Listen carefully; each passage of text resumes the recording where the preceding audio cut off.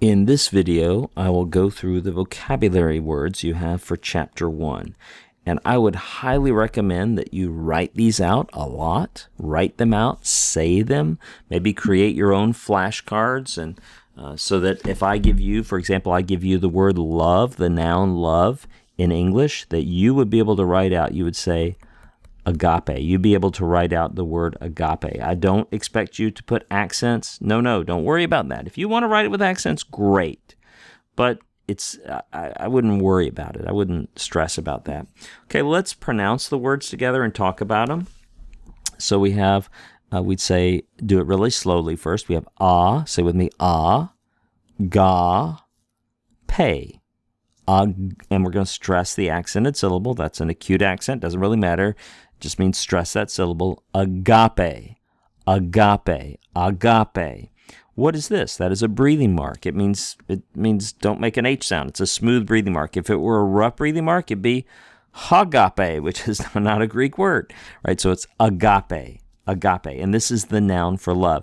Now, in a moment, we'll look at a website, and sometimes when vocabulary is listed, it'll have the article in front of it. That's like the Greek word for the. Maybe you've studied French and you learned it with le or la.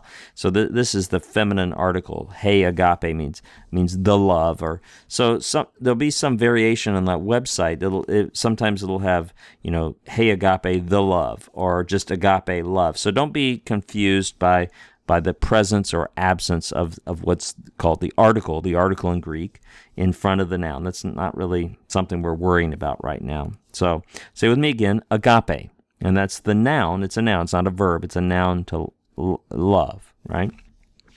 Then say with me, the next word is aletheia, right? So we have the a, le, the. We can break it up into syllables. 1, 2, 3, 4 syllables because we have 4 vowels or diphthongs, right? This diphthong works together with one sound. So a, le, the, a. Now, some of you are saying, well, this eta is pronounced the same as this diphthong. Yes, yes, it is. And you're saying, well, if I try to memorize that, I might write it the wrong way. I might write it like that. Well, yes, you might.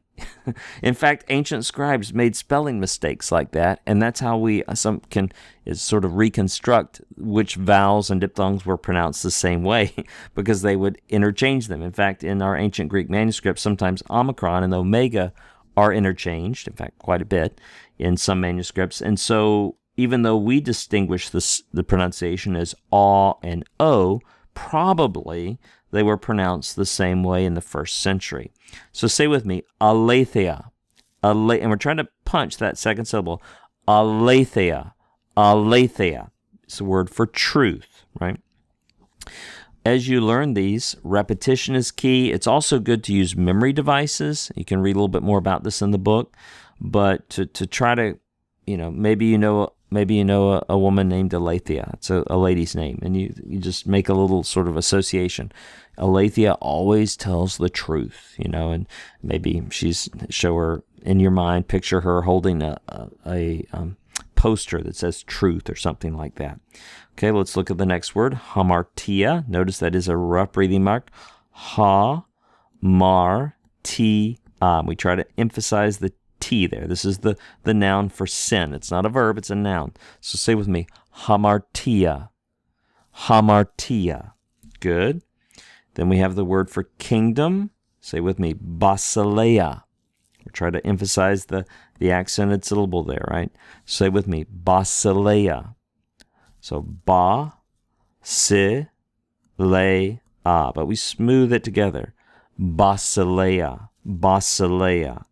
It's the word for kingdom or reign. Then we have the word for heart, car, dia, right? And you'll note with these words, like you know the word basilica or you know the word cardiologist. If there's an English derivative, an English word that's derived from the Greek word, well, that's a great way to help memorize it.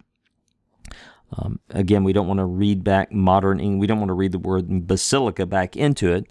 But having some association, something to hang on to, can really help you learn those words more quickly.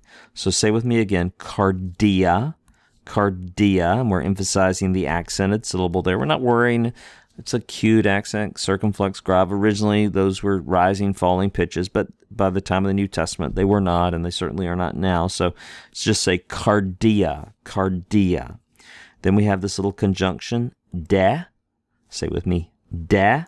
And it's a very wide range of meaning. It just, basically in Greek, additional information is coming. And so something else is being told to you. And in English, we provide often a little more direction with our conjunctions as we're contrasting or putting something alongside. So this de can be translated as and, as but, as now, has a wide range of meaning. We realize that you're just memorizing what we might call as glosses. You're not memorizing every possible definition of the word or even detailed definitions. You're just memorizing a gloss, a brief common rendering of this word in English. I can't stress enough how helpful it will be for you to really write these out a lot, right? We started off by writing, but to practice writing in your own handwriting, aletheia, it's saying the word, writing it over and over again. This is your new doodling. This is how you are to doodle. You're to doodle like this, hamartia, right? Hamartia. Basileia. I feel like it might be helpful for me to just kind of rapidly write these a little bit. So maybe I will. Basileia, right? Basileia. Cardia, de, kai, right? Kai. So kai is the Greek word for and, even, also. Again, it has a range of meaning. So kai, de, cardia, basileia, hamartia, aletheia, and agape. Now, there's a website started by a friend of mine, and so you do have to register for this, but I assure you your data, it's free and your data is safe. Okay, it's gntvocab.com. If you go to gntvocab.com, you have to sign in, okay? You have to create an account, but then you can see up here at the top, there's learning, there's a review list, and so on. So go to filters, and you can filter by grammar, that is by particular book, and then textbook, grammar book. And then you can choose, look at these different books you can choose. Greek Word Studies for Everyone, that's your book. And so here, there's 7 words in chapter 1. You can say, I want to practice those now. And then you can start learning them, and it'll keep up with what you know, and you go through them. And again, I warned you that it's going to sometimes say, that's the word for truth. This is all done with an algorithm. So it's picking up that article and it's saying the truth, and it's picking up the article there and saying the heart. But it's probably better for you just to understand the meaning of the word as heart. And so there's different ways of practicing that. Some of you honestly will be better helped by just using physical flashcards. It'd be better for you to write them. This is not a ton of words. Some of you love technology and you want to play around with this. That's great. Whatever will the repetition. Again, say it, speak it, imagine it, visualize it, use word association.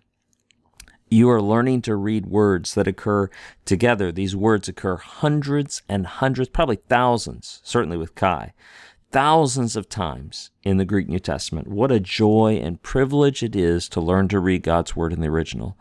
And I just pray that God would make you a faithful steward of this opportunity, and that you could be someone that others look to rightly explain and teach His Word to them.